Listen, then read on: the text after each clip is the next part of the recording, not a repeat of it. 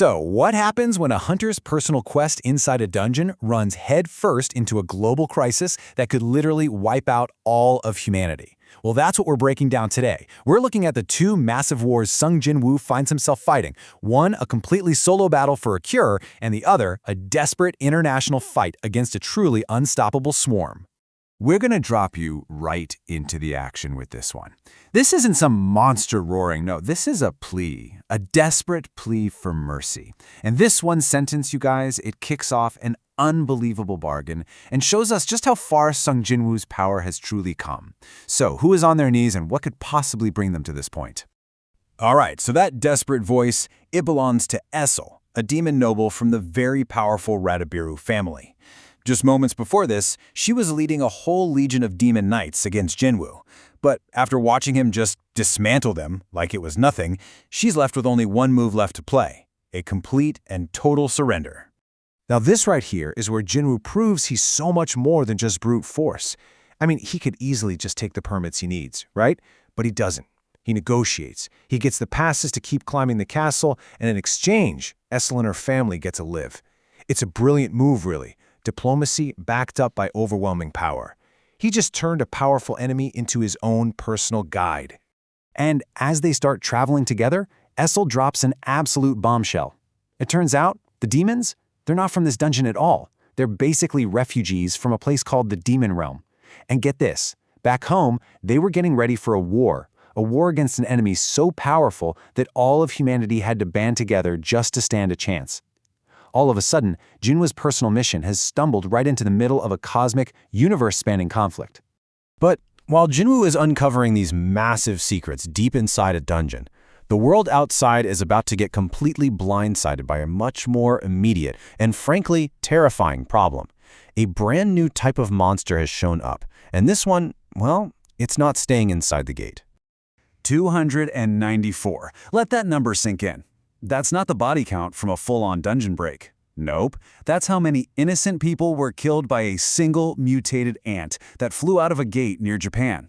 This isn't just a monster anymore. It's a living, breathing, flying weapon of mass destruction. To really put this into perspective for you, it took a full-fledged, top-of-the-line A-rank hunter to finally kill that one ant. Now, I want you to imagine an entire colony of these things breeding and multiplying on Jeju Island. If a single ant is an A-rank level threat, what in the world is a whole colony?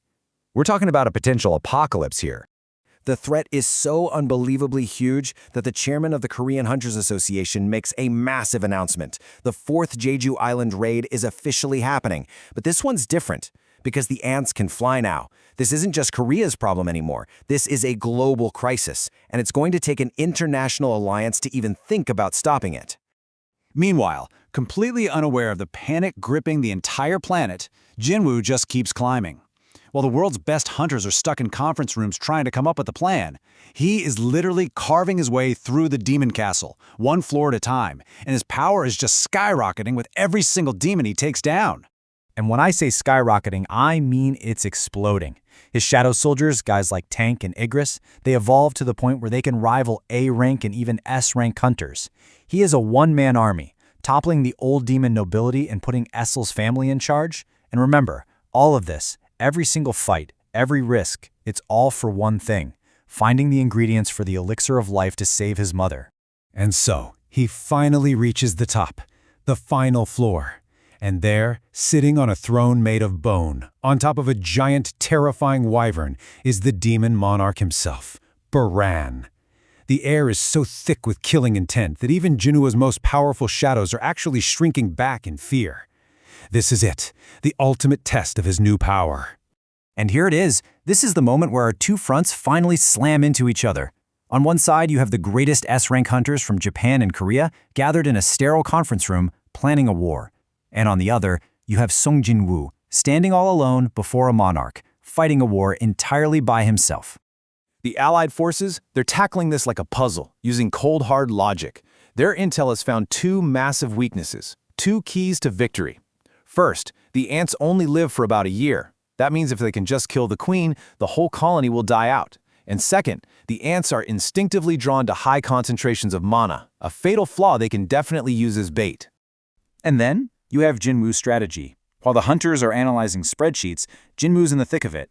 Baron's wyvern is giving him some serious trouble, so he just uses his stealth skill, gets above it, and takes it down with one ridiculous blow. His comment afterwards? Sorry, but looking up was tiring me out. Just incredible. The Allied plan is, well, it's a complex and incredibly dangerous gamble. 10 of Japan's S-ranked hunters, including their strongest, Ryuji Goto, are going to act as bait. Literally sacrificial pawns to draw the attention of thousands of ants.